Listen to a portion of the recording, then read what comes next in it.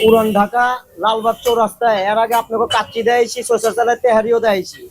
এখন আবার মনে করেন আপনাকে একটা আইটেম দেখামু, ওইটা হইলো আপনার আলাম মুরগি দিয়া আস্ত মুরগি, আর হইলো আপনার হইলো এক বোল পোলাও। আর যে পরিমাণ আপনার বোল মনে করেন পরিমাণ সাইজ, মনে করেন আপনারা এটা কল্পনাও করতে পারবেন না। প্রচুর পরিমাণ পোলাও দেয় আর আস্ত মুরগি দেয়, আর মুরগির সাইজও বহুত ভালো।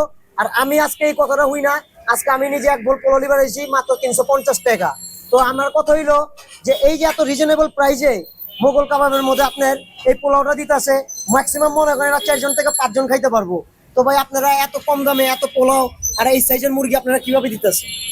এটা ভাই দিতেছি আমাদের অত্র পুরান ঢাকার ভিতরে আমি চ্যালেঞ্জ করে বলতে পারুন যে আমরা যে পরিমাণে রাইস দেই আর যে এই দেখেন রাইস এই মাংসের পিসটা দেখছেন কত বড়, এটা কেউ দিতে পারবো না ভাই।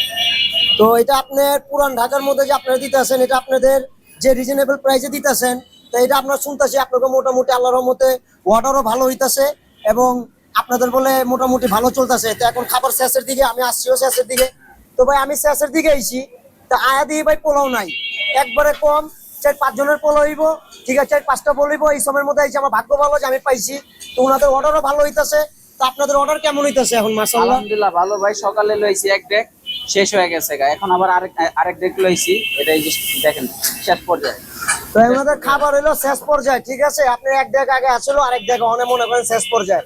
তো আপনারা এই পরিমাণ বল, ঠিক আছে, আপনাকে যদি মনে করেন 350 টাকা খাইতে মন চায় তাহলে অবশ্যই নিবেন। এই যে আমি নিলাম 350 টাকা দিয়া, ঠিক আছে, এটা আমি বাসা নিয়ে যাবো, বউ বাচ্চারা লিয়ে খামো। তো আপনারা যদি কখনো যদি এই এক বল পোলাও 350 টাকা দিয়ে যদি এই পরিমাণ পোলাও খাইতে মন চায়, তো অবশ্যই মোগল কাবাবে লালবাগ চৌরাস্তার মোড়ে আয়া করবেন। ধন্যবাদ।